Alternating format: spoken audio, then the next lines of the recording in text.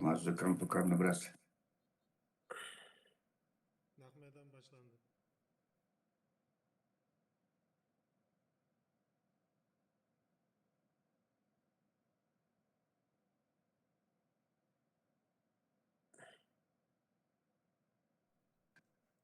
Tukan bizim köreyler.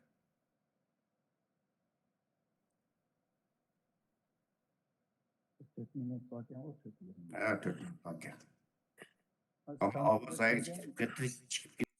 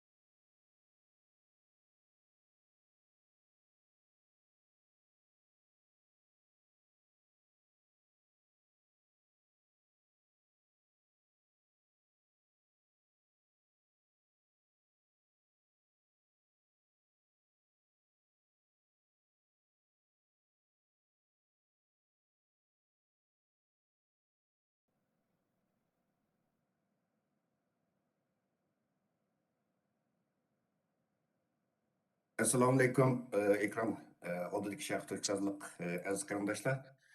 Dünya Uyghur Qurultiyi to'rt televiziyasiningki Uyghur sot kollegiyasiga bag'ishlangan naq maydon suhbat programmasiga xush keldinglar.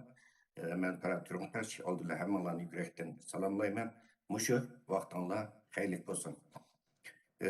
Hurmatli televizor ko'ruvchilar, sizlarga ma'lum bo'lgandek, bu Dünya Uyghur Qurultiyininki arz bilan Londonda qurilgan Uyghur sot kollegiyasining 3-chi qatimliq isbot anglashig'ini 27 noyabr shanba kuni Londonda muvaffaqiyatli holda chaqirilgan va Uyghur sot kollegiyasininki raisi Jeffrey Nice efendim sotninki oxirgi hukmnomasini 12 ayning 9 kuni atiganda e'lon qilganligini jakalgandi. Muhaciratki Uygurlar hazırdan başlap Uygur Sot Kollegiyasininki 12 ayının 9 günü e'lon qiladigan hukmnomasini taqozolik bilan kutmoqda. Bundan boshqa yana chet ellik güzel kishilarning, hatto Xitoy hokimiyatining diqqat e'tiborini Uygur Sot Kollegiyasining oldimizga chiqaradigan hukmiga markazlashdi aziz qarindoshlar. Dünya Uyghur Qurultiyininki 2020-yil 9-oyda Mustaqil Uyghur Sot Kollegiyasining qurilishini tashabbus qilishning tub maqsadi aziz qarindoshlar, Xitoy hokimiyatining Uyg'urlar ustidan yurgizayotgan irqiy qirg'inchiligini xalqaro qonun tartib va qonuniy asoslar bo'yicha to'liq dalillab chiqishdan iborat. Uyg'ur sot kollegiyasi qurilgan vaqtida hech bir davlat Uyg'ur irqiy qirg'inchiligini qabul qilmagan aziz qarindoshlar. Bu Uyg'ur sot kollegiyasi qurilib taxminan 4 oydan keyin, ya'ni bu yil 19 yanvar Amerika Tashqi ishlar ministrligi bayonot e'lon qilib, Xitoyninki Uyg'urlarga yurgizayotgan qilmishlarni irqiy qirg'inchilik va insoniyat qarshi jinoyat deb e'lon qildi. Undan keyin 22 fevral, ya'ni bu yil Kanada parlamenti Uyg'ur irqiy qirg'inchiligini qabul qilib rasmiy qaror qabul qildi va undan keyin Yevropadagi 5 davlatning parlamentimi keyin Uyg'ur irqiy qirg'inchiligini qabul qildi. Aziz qarindoshlar, sizlarga ma'lum, shu sot haqidagi naq maydon programmasini ko'rgan qarindoshlarimiz bilasizlar, Uyg'ur sot kollegiyasininki tunji qatimliq isbot anglash yig'ini bu yil 6-oyning 4-kunidan 7-kunigacha, 2-chi qatimliq isbot anglash yig'ini 9-oyning 10-kunidan 13-kunigacha chaqirilgan va 3-chi qatimliq isbot anglash yig'ini baydab o'tganimdek 27 noyabr yana shu Londondagi Church House sarayida o'tkazilgan edi. Aziz qarindoshlar, bu Uyghur sot kollegiyasininki bosh advokati Hamid Sabi efendimninki matbuotlarga bildirishicha, shu Uyghur sot kollegiyasininki 3 qatimliq bu isbot anglash yig'inida 70 dan ortiq guvohchininki guvohligini olgan, shu sot taklif qilgan 30 dan ortiq tadqiqotchi 10 ming soatdan ortiq vaqt sarf qilib 500 dan ortiq guvohchining yozma guvohligini o'ziga olgan 200 ming betlik hujjatni tekshirib chiqadi aziz qarindoshlar. Undaqda Uyg'ur sotiga hozir qadar sunilgan arizlar va hatto sotda berilgan guvohliklar Xitoyning Uyg'ur irqiy qirg'inchiligini qonuniy asos bo'yicha dalillab chiqish uchun yetarlikmi? Uyg'ur sotining qanday bir hukm chiqish ehtimolligi bor? Agar masalan dalillar yetarli bo'lmasa, sotni davomlashtirish ehtimolligi bormi? Bu haqda aziz qarindoshlar, sizlarni atrofliq ma'lumotga ega qilish uchun bugun ko'pinchalar tanishib bo'lgan aziz mehmonlarni bu suhbatimizga, naq maydon suhbatimizga taklif qildik. Dünya Uyghur Qurultiyininki muavin raisi, istiqrotiya mutaxassisi doktor Erkin Akram, xush keldingiz. Dünya Uyghur Qurultiyininki muavin raisi va Uyg'ur kishilik huquq qurilishining tadqiqotchisi qadrli Zubayra Shamsiddin xonim, xush keldingiz. Dünya Uyghur Qurultiyi qonun komitetininki mudiri, biyada huquqchi Mehmet To'xta efendim, xush keldingiz. Va Dünya Uyghur Qurultiyining havolasiga asosan Uyghur sot kollegiyasini dalil isbot va guvohchilar bilan ta'minlash xizmatiga mas'ul bo'lgan Markaziy Oslodagi Uyg'ur adliya arxiv omborininki direktori va Dünya Uyghur Qurultiyi uchun tashviqot markazininki mudiri hurmatli Baxtiyor Umar efendim, xush keldinglar. Vaqtlarni sarf qilib bugun programmamizga qatnashib berganingiz uchun ko'rurmanlarimizga vakatdan sizlarga alohida minnatdorligimni bildiraman. Xo'sh, hurmatli Erkin Akram efendim, baymi deb o'tdim, bu Dünya Uyghur Qurultiyining bu sotni qurilishini tashabbus qilishdagi maqsadi, tub maqsadi deb o'tdik. Masalan, bu sot hukm chiqarish oldida turdi. Bu mustaqil Uyg'ur sot kollegiyasininki chiqaradigan hükmü bilen mesela hemmemiz ümit kılımız, xuddi Dünya Uyg'ur Qurultayı tashabbus qilgandek, ya'ni Xitoyninki Uyg'urlar qarata yurgizayotgan qilmishlarni irqiy qirg'inchilik deb bu haqda qonun asosida dalillab hukm chiqarishni orzu qilamiz. Qurultayninki maqsadim shu, sotni qurishdiki. Bu Uyg'ur sotininki chiqardigan hukmi bilan Amerika boshchiligidagi bayman deb o'tgan g'arb ellarininki Uyg'ur irqiy qirg'inchilikni qabul qilib olgan qarorlar o'tirisi qanday bir farq va Uyg'ur sotininki chiqargan hukmi bu xalqaro qanday bir ta'sir ko'rsatdi. Buni strategik ahamiyati nima zaten? Hoş Ferhat efendim. Bu hemimiz bilimiz bu İkinci Dünya Savaşı'nın hem Japon hem de Hindistan'daki insanlara karşı işlenen bir cinayetini sotlaş için sot kuruldu. Bu sot devam kılvatkan vaxtıda hazır bizde vatkan yani ırkı kırgıncılığının aldığını eliş ve şundakla bunu işleyenlerini cezalandırış diyen bu kilişin tefe oturlukta yok dedi. Çünkü 48'de kabul kıldı. Gerçi umcette 44'te başlayan bu zaman 48'de bu bir kanun oldu. Demekçi bunun Nürnberg'da bulsun, Tokyo'daki sotta bulsun, aşı cinayetlerini yine soklayan vaxtıda bunları insaniyete karşı cinayet işlediği de soklayan. Bununla bu iki hıl kanun birbirine yakın. Yani birbirine takip ediyor. İnsaniyete karşı cinayet işler, bu biraz ken. Ama o ırkı kırgıncılıkla karşı alınan kararlar biraz alaydı. Cezalandırışma biraz alaydı. Bununla bu her iki karar, meyli kayıt kararı çıktı. Hemsinin bir faydası var ama ırkı kırgıncılık kararı çıksa bir yaşlı. Çünkü bir yerde Harekiyet ile münasebet. Yani 2018'de 8. aydan itibaren Erkekistan davası halkara ilişki başladı. Çünkü 3 yıldan beri şu ilmi siyasetine ilip ilişki muvaffak gördük. Dünya Uygur Kurultayı.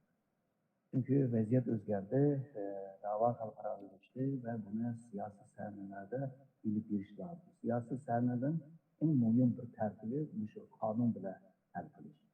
Bununla 3 yıldan beri Amerika'da neçe kanun çıktı.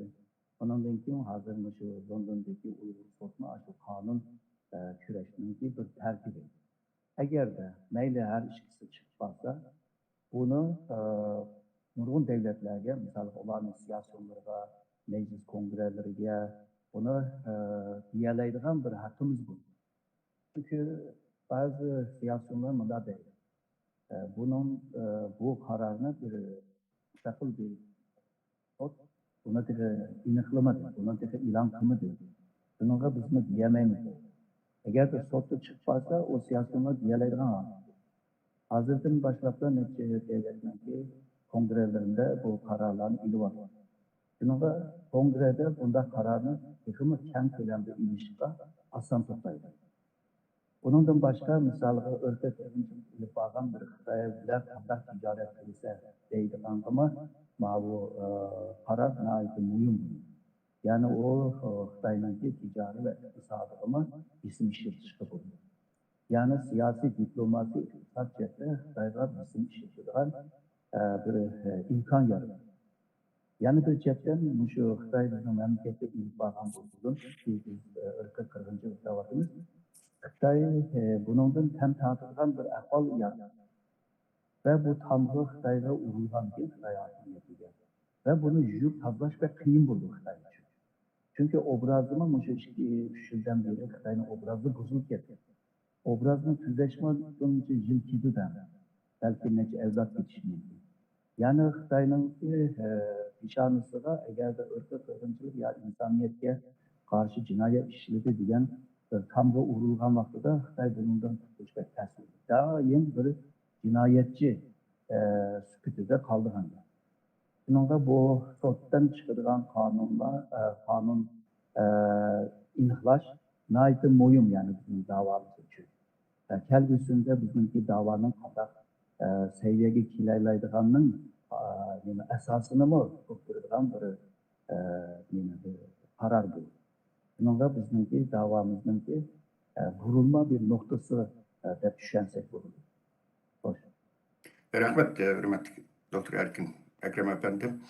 Doğru değilsiniz. Zaten bazı devletler mesela biz turvatkan Germaniya parlamentinin alaylı başka devletler parlamentin uçuk de hükümetlerinde de bu irqiy qirg'inchilik masalasi haqida qaror ilish bu siyosilarning ishi emas, qonun o'rinlarining ishi degani buni ko'z kelyapti hozirgacha. Siz degandek Uyg'ur sotininki bu yoqda oldigan qandaq bir qarori hamda u mustaqil bir qonun o'rni. Bu nimaga bevosita ta'sir ko'rsatib o'ylayman. Zubayra Shamsina xonim, masalan, Xitoy hukumati bu Uyg'ur sotini bu mustaqil sot emas. Buni shu bölgünçi teşkilat, terörlük bölgünçi teşkilat Dünya Kurultayı kurgan. Dünya Kurultayı'nınki soti itiraf kılmaymiz, kabul kılmaymiz. Dep jasılavatı hazırgacha ama hazırgacha nur olgan şu sot hakkında maksus. Hepti digidek, bazı kundu digidek akbarat elan kılış yığınlarını çakırıp bu Uygur sotu hücum kelyapti dendi. Xitoyning bu derecede tipirlab ketishi bir tarafdan itiraf kılmaman deydi. Bir taraftan bu derece tipirlab ketyapti. Siz bu xalqaro Uygur sot kollektivi qurilganda bir uninki xalqarodagi ta'siriga siz hozir Amerikada. Bulupmu Amerikadagi ta'siriga qanday qaraysiz? Uni e'tirof qilish darajasi qaysi darajada sizning his qilishingiz? Rahmet Ferhat efendim, bu bir yaxshi savol bo'ldi. Meningcha bu vaqtda bu Xitoyningki bu qadar sakrab ketganligining o'zila bu sotning bir qimmati borligini uqtirdi. Agar bir qimmati bor bir narsa bo'lmasa, Xitoy unda sakramaydi. Bu Xitoyningki xarakterining Xitoy hukumatining azaldan shu xususiyati bir narsa bularning yomon muhim yeriga o'zining chidamaydigan yeriga tekkan vaqtida bular sakraydi. Bo'lmaganda bular jim turdi. Shuning o'zi yetarlik. Demakki bu Uyg'ur sotining ahvoli nihoyat muhim. Albatta men o'zim Amerikada turgan suhbatim bilan ham shunday xalqaroning nimasini hozirgi xalqaro shu bizning Uyg'ur da'vo sahifasidan qaragan vaqtida bu Uyg'ur sotini elib berilganning o'zi bir nihoyat muhim ahamiyatga ega. Birinchi ahamiyati biz uzun vaqtdan beri mundaqcha aytganda shu 49-yildan beri vatan sirtig'i vatanning da'vosini chiqib ketganlar biz Xitoy bizga besim qilayotgan, qirg'inchilik qilayotgan gaplarni nazariya emas, hamda biz garchi desakmi bu xalqaroga ishondirish yomon tez kelgan. Dunyoda hammaga dedik, nurg'un eshiklarni qoqdik, ammo bu bizga ig'ir kelgan. Biroq Uyg'ur soti birinchi bo'lib bizga biz aytayotgan davoni bir amaliyot bilan haqiqiy shohidlarning og'zidan ko'rsatdi. U yerga har bir shohidning gapini anglagan har qanday bir inson uningdan tavraydi, chunki haqiqat bir haqiqat. U Xitoyninki masalan bizga qarshi bu Uyg'ur sotiga qarshi ilib borgan shu tashviqotlarda, propagandalarda eng muhim degani u yerda sotda shohidlik qilganlarning hammasi artist deb shunday dedi. Ashning o'zidan siz shuni bilingki, demakki u yerda shohidlik berganlarning hammasi bir hech kim yapolmaydigan bir haqiqatni aytganligini ko'ramiz. Buning ta'siri alohida kuchli. Ikkinchisi bu sotning mustaqil bo'lganligi aniq. Garchi Dunyo Uyg'ur qurultiyi tashabbus qilgan bo'lsa-mu, ammo bu sotning sistemasi, butun arxitektura, buning hamma qurilishi xalqarodagi e'tirof qilingan mustaqil adliya sistem bilan elib berildi. Shunday bo'lganligi uchun buning qandaq hukmning chiqarishiga Dunyo Uyg'ur qurultiyining hech qanday roli yo'q, ta'sir qilolmaydi. Mushuning o'zi demakki, ikkinchi bir cho'ng muhim narsa, bu bir mustaqil sud, mustaqil hukm chiqardi. Bu mushunda bir mustaqil hukm chiqqan ekan, albatta buning ta'siri yana boshqacha bo'ldi. Bundan keyin uchinchi tarafdan aytgan vaqtda bu sotda guvohlik berganlarning mutaxassislarmi, shohidlardan sirt mutaxassislarningki bergan guvohligi texmo cho'ng rolni o'ynaydi. Bu yerda faqatla eng oxirgi qitimga alohida chaqirilgan 3-sotdan chiqqan doktor Zuvan Amsterdam universitetininki mutaxassisi, yana urush mutaxassisi shu haqida tadqiqot nimasida o'zining degan guvohligini ozroq naql qilgan bor. Shu kishining aytishicha, Xitoy hukumatining hozirga qadar bizning Uyg'urlar qartib elib berayotgan bu besim siyosatining hammasi tubdan azaldan qadam-qadam planli holda elib berilgan qirg'inchilikni maqsad qilgan siyosat ekanligi aniq chiqadi shu kishining degan nimasi bo'yicha. Taki besilingan gün şu 49 yıldan beri her bir qadamda elip beriyotgan bizning xalqimizga qarshi harakatning hammasi eng oxirgi maqsad Uyg'ur xalqini qirib yo'qotish ekanligini isbotlaydi. Adrian Zansning shu, bu Zuvan apandining degani shu, chunki bu kishining tadqiqotida Nazi Germaniyaniki Yahudilarga qarshi elib berilgan qirg'inchilikning elib berilishini birdan aytgan. Masalan, 30 yildagi Hitlerninki so'zi, masalan, 7 yil qadar tashviqot nimalar bilan uning so'zi eng oxirida amallashib, bir Yahudi millatini tubdan qirib tashlaydigan bir arxitektorlik, bir siyosiy yo'nalishini, uni tadbirni amalga oshiradigan bir ashundaq sharoitni shakllantirgan. Bizningmi Uyg'urlar qilayotgan ish ayni shundaq. 49 yildan beri har bir Xitoyning lideri chiqsa, ular so'zlaydi biz Uyg'urlar haqidagi siyosatni. Nurg'unlagan kitoblar chiqdi, nurg'unlagan planlar chiqdi biz haqimizda. Hammanimni biz xuddi bir propagandadek o'z vaqtida bakmi e'tibor berdik. Ammo hozir siz o'tirib hammasiga birdan qaraydigan bo'lsangiz, bu yerda shu ayni Nazi Germaniyaningki Yahudilarni qanday qirg'inchilik qilib, oxirida rasmiy ularni gazning ichiga kirib ko'ydirayotganlik shu harakatni ilib borarligiga o'xshashlikni ko'p. Rahmat. Rahmat Zubeyra Hanım. Elbette Mehmet Toftay efendim siz bir özünüz bir hukukçu. Onun size siz burunki ispat anlaş yığıldığının hemisi gibi tek bevasıta tercümanlık kıldınız. Çetellik mutaxassislerin, guvalıklar bevasıta özünüz tercüme kıldınız. Şuna bu sotqa hazır geçmezsen bu nurgun 500'den artık adamınki nemesini erzini tapşırıvalığını etti. Sot taraf e'lon qilgan istatistik ma'lumotlarda. Sizce sizga eng zo'r ta'sir qilgan guvohlik va yoki eng muhim deb qaragan guvohliklar qaysi? Siz shu sotni kuzatish jarayonida va tarjimonlik qilish jarayonida sotga sunilgan dalil isbotlardan keyin Uyg'ur irqiy qirg'inchilik haqida hukm chiqarish uchun yetarli deb qaramsiz? Bu haqda o'zingizdan qarash qilin. Ko'p rahmat ko'rguvchilarimizga salom. Shu Uyg'ur soti 6-oy va 9-oy yaqinda bo'lgan 3 qitimliq sotga nazar solsak, sotchilarning markazlashgan 2 nuqtasini ko'ramiz. Birisi jinoiy qilmishlar haqida guvohchilardan shuni so'rayotdi. Masalan, bu jinoiy qilmish deganimiz shu milliy qirg'inchilikda ta'riflangan masalan milliy qirg'inchilikdagi 5 turlik jinoiy qilmish. Anadan keyin insoniyat qarshi ishlangan jinoyatda ta'riflangan 16 ga yaqin jinoiy qilmish. Shu qilmishlarga oid savol so'raganini ko'ramiz. Eng oxirgi sotda masalan 3-qitimda nima deb g'ulg'ula bo'lib ketdi desak, bu yerda yana bu jinoiy qilmishning ishlanganligi aniq, ammo bu jinoiy qilmish maxsus niyat bilan, plan bilan, eng yuqorining xabari bilan maxsus sistemalik ishlanganmi yoki bundaq tuvandagilarning o'zligidan qilib qolgan jinoyatmi?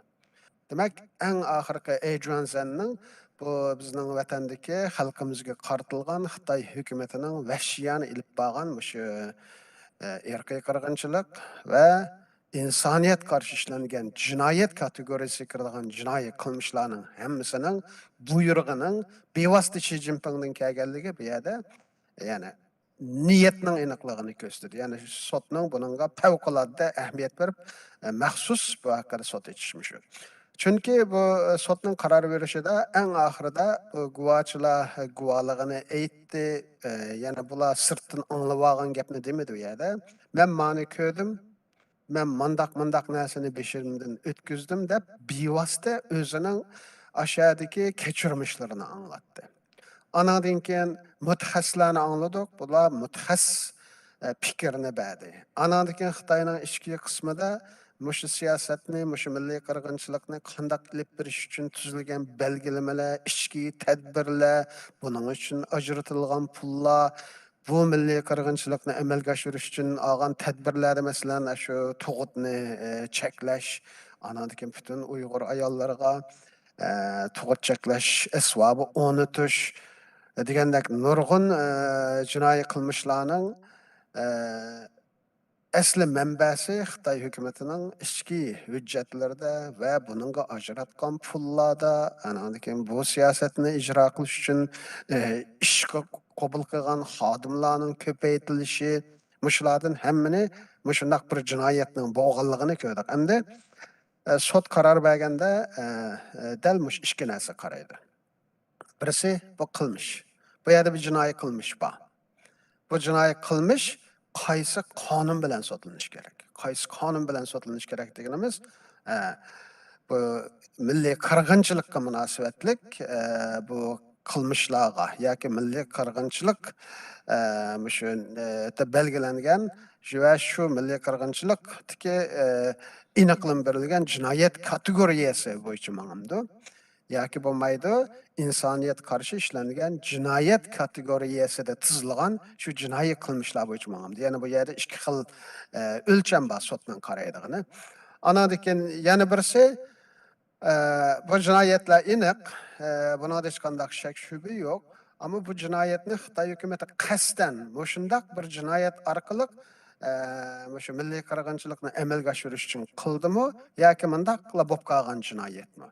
Bu ikki narsa aniq bo'lgandan keyin sotning beradigan qarori tashkil to'xtamaydi. Chunki biz hammamiz hozirgacha onda-munda savodli bo'lib qoldik. Milliy qirg'inchilikqa oid jinoyat 5 turlik bo'ldi. Ya'ni 5 turlikning shu nurg'un insonlar 5 turlik jinoyat qaraydi. Shu 5 turlik jinoyatning oldidagi bir kirish gap bor. Uningga qaramaydi. Qisman va to'liq holda ma'lum bir xalq yoki etnik guruh yoki diniy guruh yoki ma'lum urf-odatga tabi bir guruhni qisman va to'liq holda tövendeki jinoyatning xohlagan biri bilan jazolanishi milliy qirg'inchilik kirdi deb kirishdi gap bor. Ya'ni qisman bo'lsin yo tamoman bo'lsin. Ya'ni buning birisi o'ltirilishi. Ya'ni qisman yoki tamoman o'ltirilishi degan gap. Yana birisi bularning jismoniy va ruhiy jihatdan qiyin qisqa qilinishi. Bu jinoyat turiga qisman va tamoman boshda kirish so'zidagi shartli jumla ma'noga o'tadi. Yana birisi bu etnik guruh ya diniy guruh yoki ma'lum bir guruhga shularning o'limini yoki ig'ir ziyonkashligini keltirib chiqaradigan sharoitlarni hozirlash. Masalan, davlat bevosita bir odamni o'ltamasimi, uni cho'lga apirib tashlab qo'ysa, suv yo'q, yeydigan yo'q, ma'lum vaqtdan keyin o'ladi. Yoki minus 40 graduslik bir yerga bir odamni biz chiqar uydan deb chiqarib etsak, garchi biz o'ltamasakmi o'ladi. Ya'ni bu yerdagi sharoitni hozirlash degan shu. Ya'ni uzun muddat isib qo'yish, suv bermaslik, qiyin qistoq, jismoniy va ruhiy jihatdan bularni shu o'limini keltirib chiqaradigan tadbirlarni elish. Bevosita o'q bilan etish emas, mushu sharoitlarni hozirlash orqali bularni keltirib chiqarishmi shu milliy qirg'inchilikdagi 3-cho'ng jinoyat. Anadan keyin bolalarni ota-onalaridan yoki ma'lum guruhdan orib o'tish, anadan keyin bir guruh yoki bir shu milliy qirg'inchilik qilmish bilan ayblangan bu etnik, diniy nima guruh bo'lsin, bularning normal tug'utini cheklash. Mush 5 turlik jinoyat milliy qirg'inchilikning tarifida aniq ta'riflangan. Bularning hammasining bo'lishi emas, xohlagan birisining yuz berishi shu milliy qirg'inchilik jinoyatiga kiradi. Ammo bu jinoyatlar yuz berganda, boshda deyilgandek niyat bilan qilingan bo'lishi lozim. Men shu jinoyatni ishlayman, bu jinoyatni ishlash orqali shu millatni yo'qitaman yoki bir qismini yo'qitaman yo tamomini yo'qitaman. Shu niyat bilan shu qilmishlar ishlangan bo'lsa, bu milliy qirg'inchilik jinoyatini shu davlat ishlagan bo'ldi. Endi ikkinchi birisi bo'lsa, bu insoniyat qarshi ishlangan jinoyat. Buningda niyat va qilmishlarga qo'yilgan o'lcham shu. Ammo qilmishlar insoniyat qarshi ishlangan jinoyatda biroz keng doirada. Masalan, bosqinchilik qilish, masalan, bir millatni yo'q qilish, masalan, bir millatning bir muncha nimalari va siyosiy, diniy va irqiy jihatdan jazolash degandek nayti 16 xil jinoiy qilmishni o'z ichiga oldi. Shu guvohchilarning bergan guvohliklarini hammani anglasak, mayli milliy qirg'inchilik jinoyatidagi jinoiy qilmishlar bo'lsin yoki insoniyat qarshi ishlangan jinoiy qilmishlar kategoriyasidagi jinoiy qilmishlar bo'lsin, hammasining, hatto uningdan ortig'ining sodir bo'lganligini ko'ramiz. Ya'ni qarindoshlarga shuni eskartib qo'yish kerak. Bu jinoiy qilmishlarning aniqlamasi asosan bayatın dostlarımız degandek 1948-yili aniqlam berilgan, ya'ni Ceneva ehtinamısida aniqlam berilgan. Bu 5 turlik. Lekin Xitoyning hozirgi ishlayotgan jinoyatida u 5 turlikni amalga oshirish uchun qo'llangan vositalardan ig'ir vositalar bor. Masalan, hozirgi zamonaviy texnikalar qo'llanilgan. Anadan keyin nurg'un uningga munosabatli xalqaro nima buningga o'ziga chetib shu majburiy emgak, qulluq emgak, chunki bu insonlarni qul qilish insoniyat qarshi ishlangan jinoyatning eng muhim jinoiy qilmish. Mushularga nurg'un xalqaro shirkatlarni o'ziga chatgan bu jinoiy qilmishning doirasini Xitoy hukumatidan olqitib, rayon atlab xalqarolashtirgan. Shunlashqa Xitoyning hozirgi qilayotgan Uyg'urlarga ilib berayotgan qilmishlari 1948-yili va shundan keyin aniqlama berilgan bu irqiy qirg'inchilik va insoniyat qarshi ishlangan jinoyat qilmishlaridan unidan olqib ketadi. Faqat bu yerda sotchilarning diqqat qiladigan narsasi birisi niyat, buni inglizcha intent deydi. Yana birisi qilmish. Yana birisini act deydi. Bu jinoiy qilmish bo'lganmi? Bu jinoiy qilmish bo'lgan bo'lsa, buning sababidan qisman yoki to'liq bu bir Uyg'urlar yo qozoqlar Sharqiy Turkistonda xalq mushu irqiy qirg'inchilik va insoniyat qarshi ishlangan jinoyat tarkibidagi mushu jinoyatlarga duchor bo'lganmi, shuning zinin tatganmi? Eng muhimi bu jinoiy qilmishlarni Xitoy hukumati niyat bilan, qasd bilan qilganmi? Şu üç narsa şu sotning qarab chiqadigan eng muhim narsasi. Eng oxirida qisqani qo'shib qo'ydiganim biz sotdagi guvohliklarda nurg'un guvohliklarni nayt jurgimizga tekkan holda angladik. Lekin buni kategoriyaga olib kelsak, shu milliy qirg'inchilik jinoiy qilmishning kategoriyasiga hammasi tushadi. Anadaki insoniyat qarshi ishlangan qabih jinoyatlar, ya'ni xalqaroda davlatlarning fuqaroga ishlayoladigan eng qabih jinoyatlar. Bu jinoyatlarning hammasiga tushib, biz bu yerda bosqinchilik deb o'tib ketgan bu qabih jinoyat. Shunlashqa birdan bir nima qilganimiz chet ellarda, masalan Kanadada bo'lsin, Turkiyada bo'lsin, shu lagerdan bir amalni qilib, shu lagerda har xil shu bizda vatgan jinoyatlarga shohid bo'lib, chet elga chiqishga muyassar bo'la olgan qarindoshlarimizdan, bo'libmi Uyg'urlarimizdan jiqlari bunun qatnashamadi. Bu bizni afsuslantirdi. Chunki bu guvohlik, bu qarindoshlardan halqib ketgan bir guvohlikdir. Tarixda qoladigan bir guvohlikdir. Bu qarindoshlarimiz nimani o'ylagan bo'lsa, Uyg'urlarning bishig'i shunday hayot mamatlik payti kelganda yoki vatandagi mol mulkini fido qilolmadi yoki boshqa narsalarni fido qilolmadi, urug' tuqqanlarini nim bo'lishidan qat'iy nazar bu yerda guvohlik bergan qahramonlarimizga ularning ro'yiga silishtirganda nurg'un qarindoshlarimiz qo'rqoq qilib qoldi. Bu qo'rqoqlikning natijasida bu sotning xulosasi o'zgarmaydi, lekin tarixda bir iz qoldiradigan, tarixda o'zining şu ovozini qoldiradigan bir fursatdan mahrum qoldi. Bu yo'qotish ular uchun, millat uchun emas. Rahmat. Bir qo'shimcha qilib qo'ysam, Mehmet Rahmat. degan bayanlarga shu 48-yildagi qirg'inchilik konvensiyon shu qonunga ashtaq qonunning har bir moddalariga xiloflik qildi Xitoyning hozir qilmishi degan bir doklad e'lon qilindi.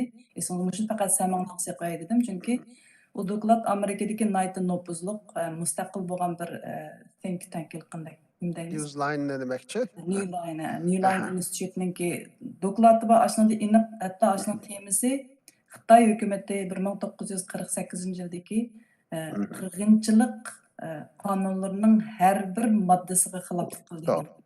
Temisi shu. Bayatni yaqin Mehmet To'xta degan gaplarning hammasini ular modda bo'yicha Xitoy mush jinoyatni o'tkazdi deb shu dokladni e'lon qildi.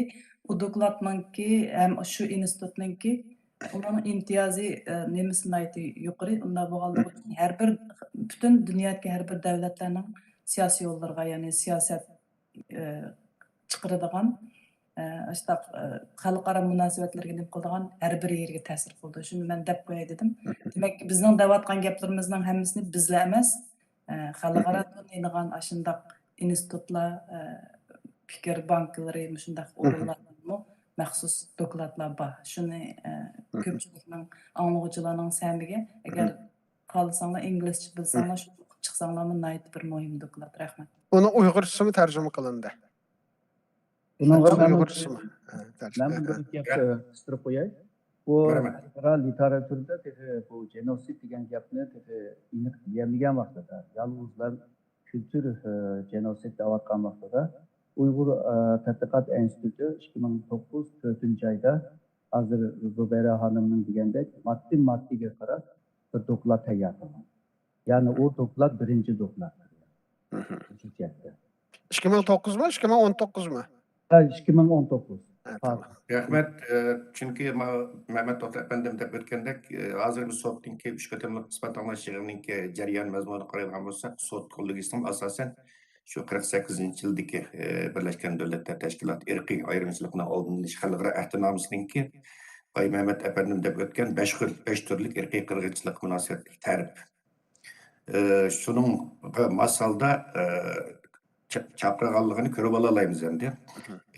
Bay Mehmet Doktor Efendim ahırda deb ötken mesele meni nihoyat qattiq afsuslandim. Hatta bir Uyg'ur bo'lish sifatim bilan men biraz xijil his qilgan bir mesele.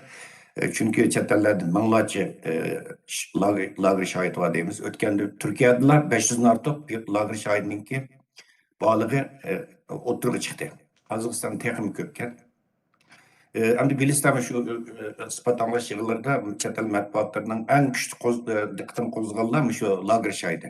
Ammo guvohlik berganlar necha? Jami 12. Yakka jami.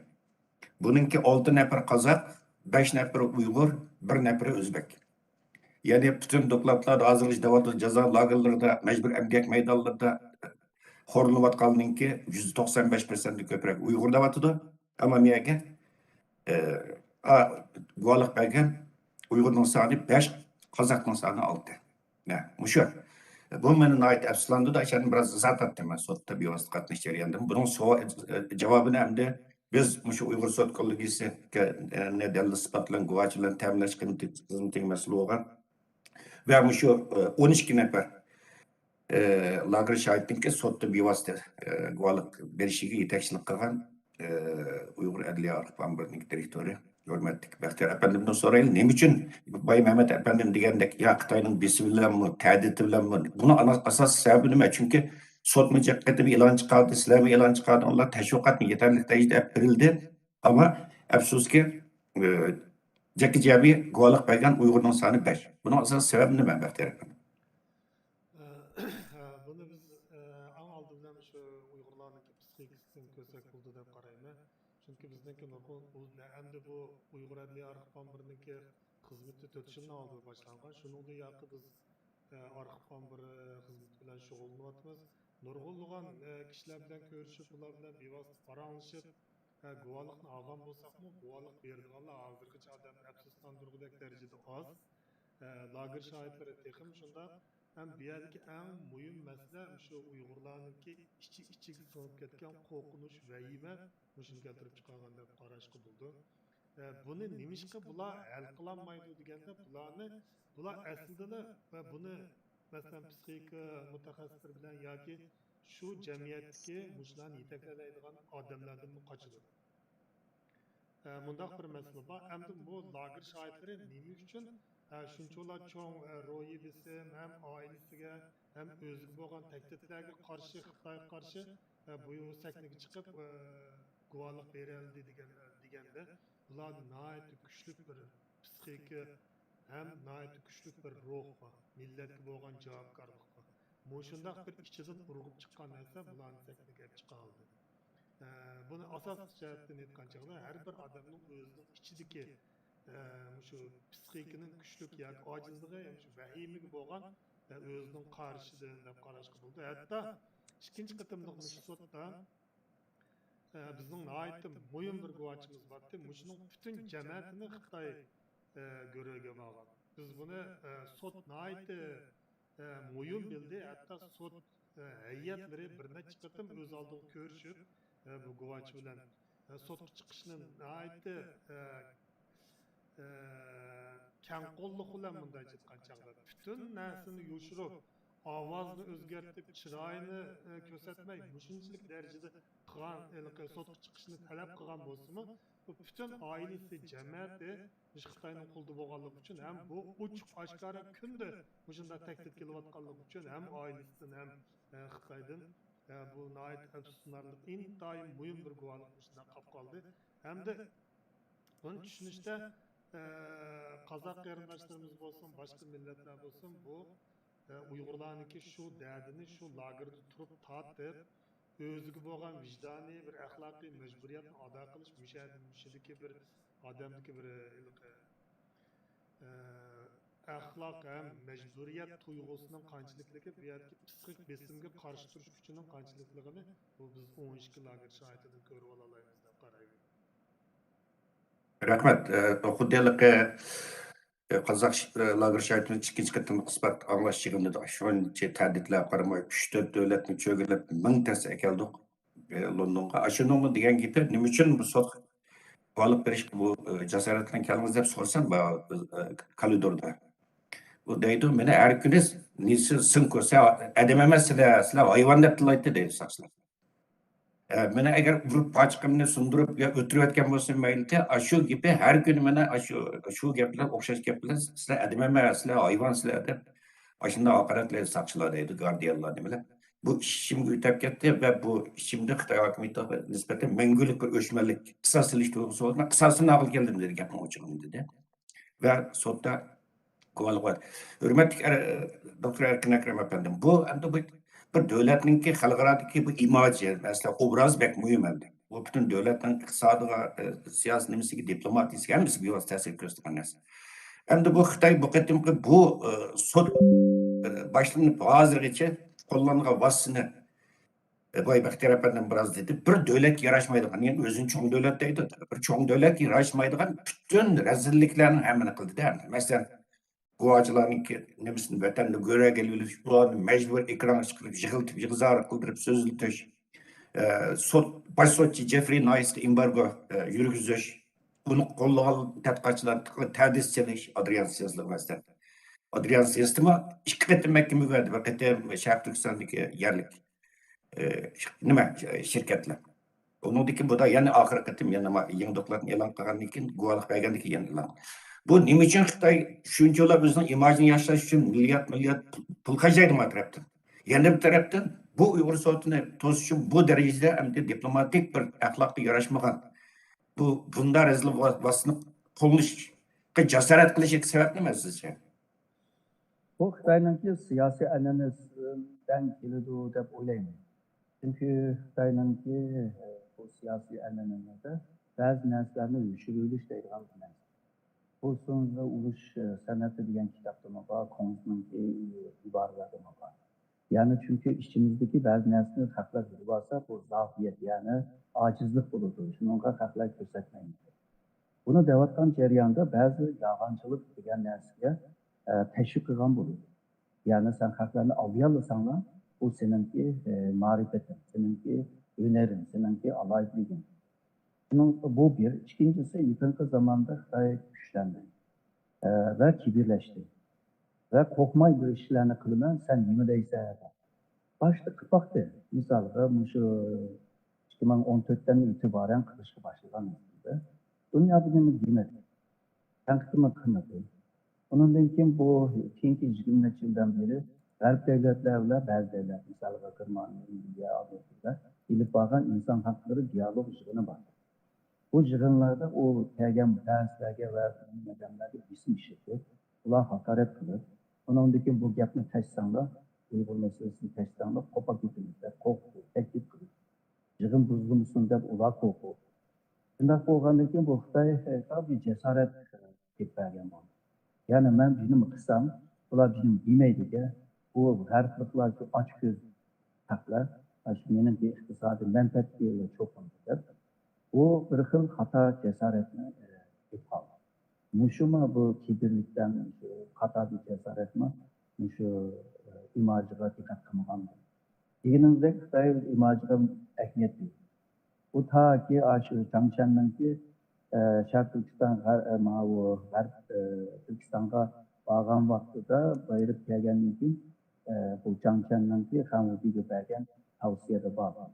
Yani mesela yaxşı küstü, başlarında aldap özümüzge hizmet kılayla Hun devletinden yiraklaştıraylı. Yani neçe min yıllık bir nime etmişi var bu imaj küstüş, yağanlı küstüş. Hatta hazır mı şu Xitay hükümetinde imaj projesi deydiğen bir nimesi var, siyaseti var. Yani imkan boğulca bu haklarını aldap kılınırdı. Şimdi haklarını aldaş asan da bir bakın. Bununla halkaraga aldırsakla bulunduğunu da düşünmeliyiz. Üçüncüsü bu Dünya Uygur Kurultayı'nın kabiliyetini kurultaydaki bu hizmet kılvatkanlarını tel çağırgan. Yani küçük öğrenler. Bunlar neymiş kılarlar? Bir uçum bir adamlar. Ama bu sel çağrılaşma izmi evet kibirliklerine münasebeti var. Muşuk küçük olmadan vaxtıda mı muşak karattı. Gomindan Xitaylama uygulandı. Ondan Xitayma aslında karattı. Hemen jığıp kelgen çağda Xitay dünyanın hata mülçeye vardı. Uygurlarının ki küçüğünü hata mülçeye vardı. Özünün ki küçüğünü mü hata mülçeye vardı. Bu hatalıkla bile birlikte muşunda bir video çıktı da uyguladığını. Çıkıp olandan kim bunu kutkuzu mendep onundaki tüzümü kaylamkan yapmışlar. Bu kaylamkan yaplar onunki hatasıga yanı yesildi. Hatanın üstüge hata, yani hata bile hatanın yüz, yıkımı hatalık. Onundan ıhraklık, siyasetini tüzdük kılgan olsa özü yol alır.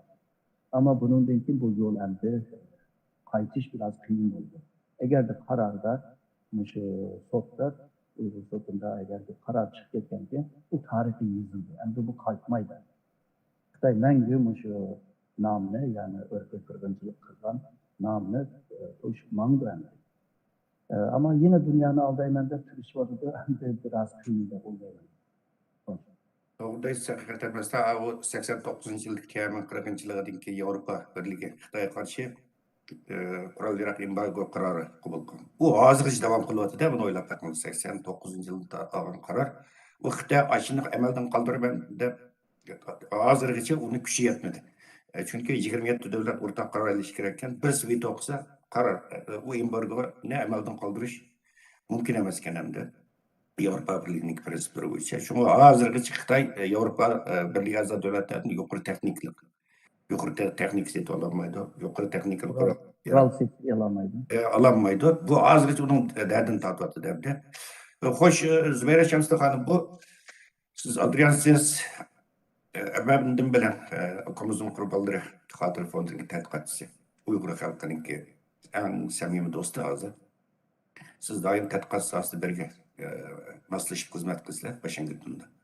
Bu Adriansiniz efendimin 3 ketin sotuq çağırılgan bir adam hem de. Benim için birden bir guvaçı olsa gerek. 3 ketimlik ispat anlaş, onu keyin.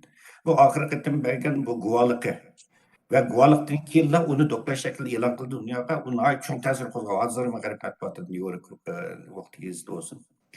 Mağarip matbuatı şu Germaniya matbuatı bunun ait güçlük inkaz kozuldu. Onun da Adrian Ses ait mühim bir mesele üstü guvalık verdi. Anviyada delil ispatlan. Yani Şarap Türkistan'da yürgüzülüvatkan mecburi emgek tüzümü. Onun için bu aşkılığı karıştırış degen namda lagırlamasının oturgu çıkışı. Ve medeniyet kırgınçılığı aşkılıkın aldığını iliştik degen məqsəddə yapıratkan dinsizlaştırış mecburi, dinsizlaştırış siyaseti. Ve şunun okşaş. Bütün bu cinayet kılmışlarının ki hemisininki merkezinin Xi Jinping başçılığındaki Xitay merkezi hükümetinin bir vasıta. Buyruk bilen, bulanın uğurlaştırışı bilen bir vasıta ilip verilganlığını türlü materyalla, hüccetle arka 300 betin artıkken deliller çıktı hem de. Bununki bu sotka kandak bir tesir gösterip oylaysınız bu Adrian Ses'tin ki kiyinki şu belgen guvalıkı ve elan kan doklattı. Menimcha buningki ahamiyati ham ta'siri nihoyatda yuqori bo'ldi deb qarayman. Nima uchun degan vaqtda bayatdan beri biz aytgandan beri doktor Erkin Akram apandimi, kim Mehmet doktorning so'zida biz hozirgi dunyoda Uyg'ur davosi siyosiy davo, qonun davosiga qarab shuning gapini qilyapmiz. Bunda aytgan vaqtda qanday qonuniy javobgarlik tortamiz degan hozirgi vaziyatda. Sotning kim asosiy nimasi shu, masalan qanday hüküm çıkışından qat'iy nazar Xitoy qonuniy javobgarlikka tortildi. Endi bu Adrian Zanisninki bütün tadqiqotlarninki birinchi buning eng muhimligi Xitoy o'zining bularning tadqiqotlarning manbasi Xitoy o'zininki tashviqlari, Xitoy o'zininki o'rindan chiqqan, ya'ni Xitoy hukumatining materiallari. Shunda bo'lganligi uchun buning qimmati nihoyatda zo'r. Ikkinchisi Muşu Xitoyninki o'zining chiqargan hukumatning rasmiy dokumentlarininki aytilgan narsalarninki hozirgi amaliy narsa qarasak amaliy ahvolda mavjud bo'lyotdi shu amallashgan. Bu demakki buyruqning, planning, strategiyaning eng yuqoridan kelganligi amallashtirishning buning qadama-qadam bo'lganligi ashlanadigan. Yana bir qitim buningda doktor Zoğanninki gapini desak, masalan Nazi davridagi qirg'inchilikni ayni shunda bo'lgan. Cho'ng plan yuqoridan o'ttirdikilar uni qabul qilgan, eng tuvandikilar uni ijro qilgan. Mundaqcha aytganda bu bir millatga qarshi qirg'inchilik birli mundaq qo'ldan emas, bu butun hukumat bilan xalq birlashib bir cho'ng bir ko'lamlik qirg'inchilikni qilgan. Ammo o'ttirliqdagi o'zuk bor. Bular bu qirg'inchilik elib berish birinchi qo'llangan tadbir maxfiyatlik. Ikkinchisi inkor qilish bo'lgan ishni. Uchinchisi hamma narsani agar kunlarning birida biz so'roq tortilsak, kunlarning birida hisob berish to'g'ri kelsa, qanday qilib hamma narsani yo'qotamiz, faktni yo'qotamiz degan g'arazlar elib berilgan. Mushunda g'araz Mushu amallashtirib, mushu tadbirlarning hammasi Adrian Zanisninki doklati, Adrian Zanisninki ko'rsatgan faktlari, Adrian Zanisninki bizga dunyoga aytayotganlarning hammasi mushu dalil bo'lib qoldi. Shunda bo'lganligi uchun bu dalilni Xitoyning yiqitishi ig'ir. Mushu dalil albatta bu Uyg'ur so'tila emas, insoniyatninki o'y fikrini buralaydi. Chunki buni inkor qilmaydi. Inkor qilinmagidek darajada bir cho'ng kuchlik narsa. Uning ustiga buningki bu dokladlar, dalillar, shu siz aytgan shu necha batlik shu doklad hamma narsa biz bayatdan beri davatgan bütün qonuniy moddalar hamma narsaga chipchas tushdi. Uningdan keyin doktor Zoğanning tadqiqoti ham uning yozgan kitoblari nimasida aytgan qanday qilib Yahudilar qarshi elib berilgan qirg'inchilikning boshlanganligi, yuz berganligi ham eng oxirgi natijasi. Dunyoda qanday bir qamg'in bosganligi insoniyat tarixiga. O'sha narsalarning hammasi yozgan shu tadqiqot dokladiga bizning Uyg'urlarning beshimizga kelayotgan, davom qilayotgan mushu taraqqiyotlarning hammasi aynan tushidi hozir. Bu tushishga Adrian Zanisning tadqiqoti asos solgan. Saldi ham sevatidi. Shuning uchun muhim. Rahmat, hurmat Mehmet To'xtab efendim, masalan bu deminki boya Uyg'ur sud kollegiyasininki hozirgacha tayangan asos qonun asosinki shu 48-yil chiqarilgan Birlashgan Millatlar Tashkiloti irqiy ayrimchilikning oldini olish ahdnomasiniki irqiy qirg'inchilik ta'riflangan 5 moddasi bu tayanganligini aytdingiz. Yana ularning tayangan boshqa xalqaro jinoiy ishlar sotning qonunlari deymiz. Boshqa qonunlarmi bormi? Masalan, bu qatimqi sotda ayıplanguchi kim? Masalan, Xitoy hokimiyatimi, Xitoy rahbarlarimi agar sot hukm chiqargan vaqtida davlatning hokimiyatning ustidan chiqaramdi va yoki shu hukumatninki mas'ullari shaxslarning ustidan chiqaramdi. Bu Endi ko'p rahmat. Siz degan bu sot hukmining ijro qilish bosqichida ko'proq shu savol so'raladi. Bu hukm berildi. bunun javobgar, ya'ni buni jazolaydigan odam kim? Davlatmi, shaxsmi? Shunlashqa bu xalqaro sud buningga International Criminal Court, International Court of Justice deb ikkiga ayirib etgan. International Court of Justice deganimiz, ya'ni xalqaro adolat divoni deb tarjima qilsak menimcha muvofiq bo'ldi. Bu davlatlar bilan davlatlar o'rtasidagi, ya'ni davlatga qaratilgan maxsus sud. Andan keyin xalqaro jinoiy ishlar sudi yoki International Criminal Court deganimiz shaxslarning shu milliy qirg'inchilikda ya insoniyatga qarshi ishlangan jinoyatda yoki bo'lmaydi urush jinoyatlarida şu devletni boshqargan shaxslarning mas'uliyatini surish qiladigan bir sud olib, ikki sud o'rtaga chiqqan. Endi bizning mas'uliyatimiz bo'lsa bu mustaqil xalq sudi. Shunlashqa bular hukmni berganda Xitoy hukumatining hozir Uyg'urlarga shu vahshiyona elib berayotgan shu jinoiy qilmishlari qaysi jinoyat kirdi? Buni sud hukmini beradimdi. Ya'ni milliy qirg'inchilik jinoyati kiramdi. İnsaniyet karşı işlenen cinayet kiramdi.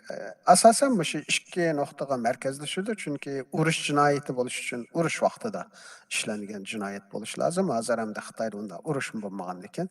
Tişlik vaxtida devletlerinin özüne puhralar işlegen bu şey iki cinayet kategorisi boyunca. Bizden sotumuz bu şey Uygur sotu. Bu şey iki cinayetinin birisiga yoki her ikkinisiga kararı verildi.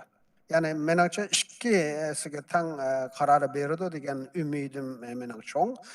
Chunki sud jarayoni berilgan guvohliklarda tasvirlangan u yerda shohid bo'lingan jinoiy qilmishlar qarasak, shu ham milliy qirg'inchilik jinoyati, ham insoniyatga qarshi ishlangan jinoyat ko'radi.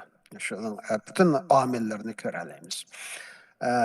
Shunlashqa ba'zi xalqaro cho'ng tashkilotlarmi, ba'zilari buni milliy qirg'inchilik nuqtasidan shuning dokladini chiqaryotadi. Masalan, kishilik huquqni kuzatish tashkiloti insoniyat qarshi ishlangan jinoyat degan nuqtadan o'qiyotadi. Ba'zi davlatlarning, ba'zi parlamentlar hatto ham milliy qirg'inchilik ham insoniyat qarshi ishlangan jinoyat. Ikki jinoyat qilmish sodir bo'lyapti deb buni alayda eskartyapti. Shunlashqa ham sudning menimcha shu ikki jinoiy qilmishni bekitib turib, Xitoy hukumatiga nisbatan shundaq Xitoy hukumatining hozir shundaq ham Uyg'ur milliy qirg'inchiligi ham insoniyatga qarshi ishlangan jinoyat kategoriyasiga ma jinoyatlarni ishlayapti deb shunaqa hukm qilishiga men ko'proq ishonch bog'layman. Endi bu sudning hukmini nurg'un ba'zi insonlarimiz bor. Qurultayni biraz salbiylashtiramiz deb sudning hukmini matang salbiylashtirish tarafdori bo'lgan yoki mundaqla sud ekan-ku degandek, bu undaqli sud emas. Undaqli sud bo'lgan bo'lsa, Bayatun Zubayra xonim dedi, doktor Erkin Akram dedi, Xitoylar bunda chiqanishib ketmadi. Bu mundaqli sud emas. Buning Xitoyga keladigan ig'ir oqibati bor. Gerçi bu sudning hukmini ya Birleşken Devletler Teşkilatı bu mayada bir xalq sudi ma qarorni beribdi. Shunlashqa buni ijro qilamiz deb Xitoy qarshi undaq topyekun qonuniy tadbirlar elinmaganda qilgan bilan buning Xitoyga ekiladigan qisqa, o'ttiral va uzun muddatdagi oqibati ziyni favqulodda bo'ldi. Eng muhimi bundan keyingi Sharqiy Turkiston davosida dunyo shuni biladi. Uyg'urlar Sharqiy Turkistonning xalqi Xitoy hokimiyati bilan birga yashash imkoniga ega emas. Bu milliy qirg'inchilik, bu insoniyat qarshi, bu jinoyatdan keyin hech qanday bir millat bu undaq bir hokimiyatning qo'l ostida yashashni xohlamaydi. Ham bunchalar jinoyatdan keyin xalqaro Mesela Yahudi qirg'inchiliginiki Yahudilarning mustaqil davlat bo'lishida, shu Yahudilarning uchragan Yevropada qirg'inchiligi muhim rol o'ynagan. Bu millat o'zining davlati bo'lgan bo'lsa, mushkul qolmadi. Degan narsa naytor cho'ng rol o'ynagan. Shunlashqa buni nurg'un insonlarimiz biraz nazardan bo'libmi, shu qurultay qarshilik qilman deb hammani yo'q chiqaradigan bir qism tar ko'z qarashdiki, bu da'vo masalasi kelganda ağzıdan anasının sütü pırap durduğun qarindoshlarimiz var. Bular yengil qarab, o'zicha buni yo'q chiqarishda erishadi. Bu unda ish emas. Endi Birlashgan Davlatlar Tashkilotining shu nurg'un mushaqqidagi insonlarga va millatlarga berilgan haq-huquqlar masalasida bir urg'ulagan narsa external self determination degan gap bor. Ya'ni davlatning ichida turib o'z taqdirini o'zi belgilab, shu davlatning ichida belgilik bir yuqori huquq bilan birga yashash emas, shu external davlatdan o'rilib, shu o'zi turayotgan davlatdan o'rilib, o'z-o'ziga xo'ja bo'lish huquqi.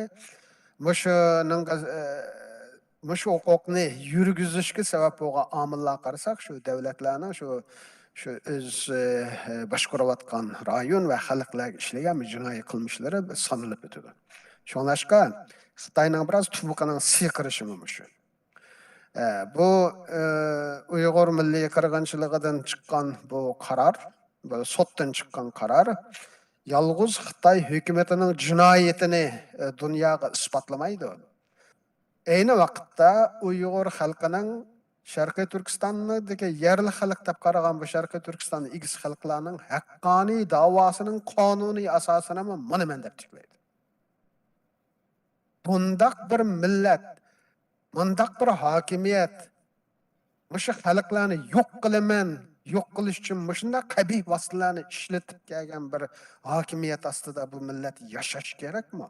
Ya'ni mecburmu degan savollar nurg'un davlatlarda so'riladi, nurg'un xalqlarda so'riladi. Shunlashqa bundan keyingi Sharqiy Turkistonning mustaqillik da'vosida bu sotning bergan qarorining favqulodda roli bor deb qarayman. Burunlardan davlatlar biz shu Sharqiy Turkistonning mustaqillik masalasini o'tirib qo'yganda jiqlari bu sizlarning ishinglar biz Xitoy bilan diplomatik munosabatimiz va oq-ko'k Xitoyning tuproq butunligi va o'z tuprog'i ustidagi egilik huquqi, hokimiyatini biz qabul qilish asosida diplomatik munosabat tuzgan. Shunlashqa biz bu ishlarga nima qilolmaymiz, bo'lginchilik yoki faoliyati deb qaralgan faoliyatlarni biz qo'llayolmaymiz degan gaplar hamma yerda bizga uchraydi. O'tganda bizning raisimiz Dolqinning bir aytdi, vakillik xarakteriga ega gapi bor. Biz Xitoyning bir yerini bilib olaylikmi, Shanxayni, Guangzhouni. O'zimizning vatanida o'zimizning haq huquqimizni asli keltiraylik degan o'xshash. Shunga o'xshash bu masalada endi shu milliy qirg'inchilik qaroridan keyin mayli Amerikada bo'lsin, mayli Kanada, qatorli G'arbning Yevropadagi boshqa davlatlarda bo'lsin, bu masalalar talash-tortish qildi. Shundoq bir zolim hokimiyatning ostida bu millat yashashga majburmi? Buning qonuniy asosimi shu sotda tiklandi. Buni inshaalloh bir keyin maxsus programmada ayrim paralashamiz. Rahmat, Mehmet To'xtapandim. Eng oxirgi Şapsam kullandı. Merhamet, Beraxon. Şu sotninki qararının təsiri degan vaqtda boshqa qaror chiqmadi, ammo chiqmagan bilan hozir ba'zi bir davlatlarning oldi-burun Xitoy hukumatining Uyg'urlarga qaratgan bu qilmishlarini qirg'inchilik deb e'tirof qildi. Mana shuning o'zidan bir amaliy narsalarda qanday ta'sir Xitoyga qanday ta'sir qildiganligi deganda. Endi bu jinoyat bu bo'sh jinoyat emas. Bu har taraflama Uyg'urlarga qaratilgan jinoyat. Endi buni biz amaliy kundalik hayotimizga buni nimadan nazariyadan manda amaliyot kuchaydi desak, eng oddiysini deyli hozir shu Xitoyninki olimpikni o'tkazishga qarshi dunyo xarakterlik hozir cho'ng bir harakat boshlandi. Harakat bo'lyapti hamma. Shu bo'layotganning birinchi asosiy bir millatga qirg'inchilik o'tkazayotgan bir hukumatni yani xuddi ashunday bir qirg'inchilikni sababchi bo'lgan bir hukumatni o'zining hukumat sistemasini o'zining obro'yini tiklashga fursat yaratib berish uchun shunday bir dunyo xarakterlik sport mana narsaning fursatini berishning o'zimi bir shu jinoyatchiga hamkorlashganlik bo'ladi degan shunday ig'ir so'zlar bilan Xitoy hukumatiningki inovatini tushiryapti hozir. Tushirdi ham Xitoy hukumatining nimasi. Hatta buni hozir aniq bir necha maqolalardan bo'ldi, Washington Post bo'lgan, bir necha e'lon qilingan xil imtiyozli maqolalardan aniq shunday gap deyildi. Shu Natsiyaning 34-yildagi Yahudilar qarshi qirg'inchilik nimasini bo'lgandek, mayaqda qirg'inchilik jazo lagerlari mayaqda xuddi bizning Uyg'urlarning hozir usul o'yinib go'zal qo'shal yashayapti degandek u Natsiya tuzumini e'lon qilgan ashunday ahvol bo'lgan. Shuningga seliştirmashda ahvollar bor. Bu bir. İkincisi ticari jihatdan o'xshash. Masalan, Xitoyning jini, Xitoyning xudosi pul.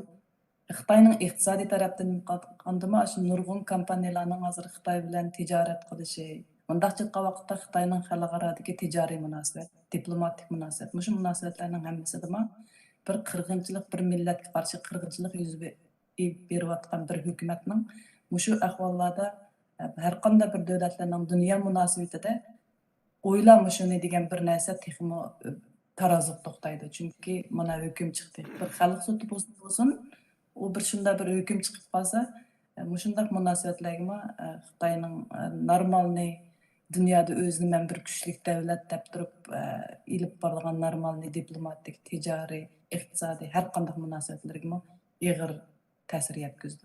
Shuning uchun bu xeyli muhim narsa. Rahmet. Ahırlıkta sualım, hürmetli Bahtiyar Ömer Efendi. Siz sot bilen diyalog işlep turayotgan bir kişi. Mesela bu 3. katırlık ispat anlaş yığınında mı bizim tasavvurumuz bop bakmagan dünya korkulduğundan haberimiz yoktu. Tuyuksuz da sot. Elbette o müstakil sot boğun için biz işkiye nimelerge aralışamayız. Tuyuksuz da bizge sot içilişten bir kanç gün burullar.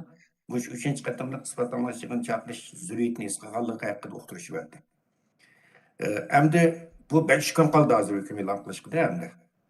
Bu 5 günde yani bir özgürlüş oluş ihtimali var mı? Mesela yeni bir favkulatlı bir sot veya ki bu hüküm çıkırış, hükümünü ilan kılışını keçiktiriş, sotunu devamlaştırış, bunda bir ihtimallık neler var mı da bir tasarruyla?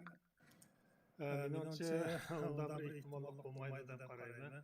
Çünkü vaqtni ait az qaldı. Bunun üstüge bu nəhayət kəsbi mutaxassisləşgan ayni vaqtda Muşunun o'xshash bir necha qitim sotqa qatnashgan ham yetakchilik qilgan bir efendi dunyoda aytib cho'ng shu xalqaro sot aytib cho'ng obro'li bir kishi ham bu advokatlar guruhi bo'lsin boshqalar bo'lsin aytib kasbiy mutaxassislashgan cho'ng bunda bir narsa bo'ldi deb qaramayman, lekin oxirgi qitimning 3-chi qitimning sotining echilishi bu sotqa hal qilg'ish bir ta'sir ko'rsatadigan roli bo'lganligi uchun bular jiddiy qarab uning ustiga Adrian Efendi'ninki dokladmi shundan sal burun chiqqan. Bu doklad e'lon qilib bo'lgandan keyin bu sotni jiddiy o'rinlashtirish qarori e'lon uning oldida bu to'g'ri hech qanday bir gapmi yo'qdi, biz hech nimani bilmagan, faqat hukm saqlayotgan. Hamda deydigan bir narsani qo'shib qo'yay deb qo'yildim gapning oxirida. Bu Uyg'ur soti boshlangan chog'da biz buni qandoq usulda nima isbotlar bilan bir g'albilik oyoqlashtiramiz deb testni boshlagan. Xudo shukr, hozirgacha g'albilik oyoqlash oxirgi bir necha kun qoldi hukm chiqadiganga. Bu bir cho'ng hamkorlik. Birinchi qitimliq sotda 24 biz tarafdan guvoh qatnashdi, 9 lager shahidi. Ikkinchi qitimda 12 odam qatnashdi, 3 lager shahidi. Bundan boshqa 56 odam xalqaro mutaxassislar akademiyada. Ya'ni xalqaro to'lungan Uyg'ur erkak qirg'inchiligida tadqiqot qilib berayotgan shaxslar. Bunda bo'lganligi Uyg'ur guvohchilar qaraganda xalqaro mutaxassislarniki sonining jiqligi mushu sotni hal qilish rol o'ynaydi deb qarayman. Aynan keyin bu shu Uyg'ur davosiniki xalqarolashgan bir cho'ng bir ko'lamlik hamkorligi ham xalqaro jamiyatlarniki bu sotda bo'lgan yordamining naqadar cho'ngligini ko'rib olamiz. Hozir shu oxirgi kunlarda Uyg'urlarni mustaqillikqa, ya'ni yolg'iz Uyg'urlarning kuchi bilan mustaqillikka yetaklaydigan bir fikrlar chiqyapti. Hatto ENIDga o'xshash demokratiyani ilgari surish fondiga o'xshash bundaq Uyg'urlarni yaqindan qo'llab kelayotgan Uyg'ur tashkilotlarini yaqindan qo'llab kelayotgan tashkilotlarga qarshi kelish paydo bo'lyapti. Buning oqibati Uyg'urlar o'z oldiga mustaqil bo'la oladi yoki xalqaro jamiyat bilan zich hamkorlashib mustaqil bo'lish kerakmi? Buningdagi g'ayriy fikrlar nima g'arazdan chiqyapti? Jamoatning shunga diqqat qilishini tavsiya qilaman. Rahmat, hürmetli doktor Erkin Ekrem efendim, hürmetli Zübeyir Şamstan hanım, hürmetli Mehmet Doktor efendim ve hürmetli Bahtiyar Ömer efendiler. Belki bu etraflı malumatlar için söhbetimiz bir saatin artık devam etti. Sizlerge tekrar görülmelerimiz vakalıkta olaydı. Rahmetimi.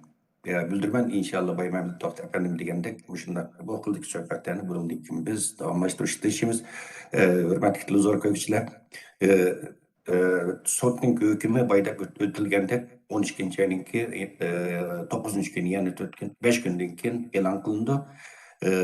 Sizlar ko'rayotgan Dunyo Orquligi to'rt televiziyasininki shu YouTube kanali 12. ayning 9. kuni London vaqti atdigan soat 8:20dan boshlab bu taxminan 2 soat davom qiladigan hukm e'lon qilish yig'inidagi amaliy ahvolni naq maydondan sizlarga taqishga tirishadi va hukmnoma büyük ihtimal bize Mehmet Doktor Zübeyir Hanım'ın avar kılgan bulduk. Yani bularınki tercümanlığı da sizlerinki uzunluğa sunuldu. Yani okşaş vakitte 12. ayın 9. güne London vakti etigen saat 8:20'da yana sotma hüküm elan kılış yığının ameli ahvali Erkin Asya Radyosu ninki YouTube ve Tor sayfalarında şundakla Uygur Sot Kollegisininki sayfasıdımı Tor sayfasıdımı bir vasıta taqtildi aziz qarindoshlar ve hüküm e'lon qilish yig'ini oxirlashgandan keyin Dunyo Kurultiyi shu hukm e'lon qilgan hukmga asosan axborot e'lon qilish yig'ini o'tkazdi.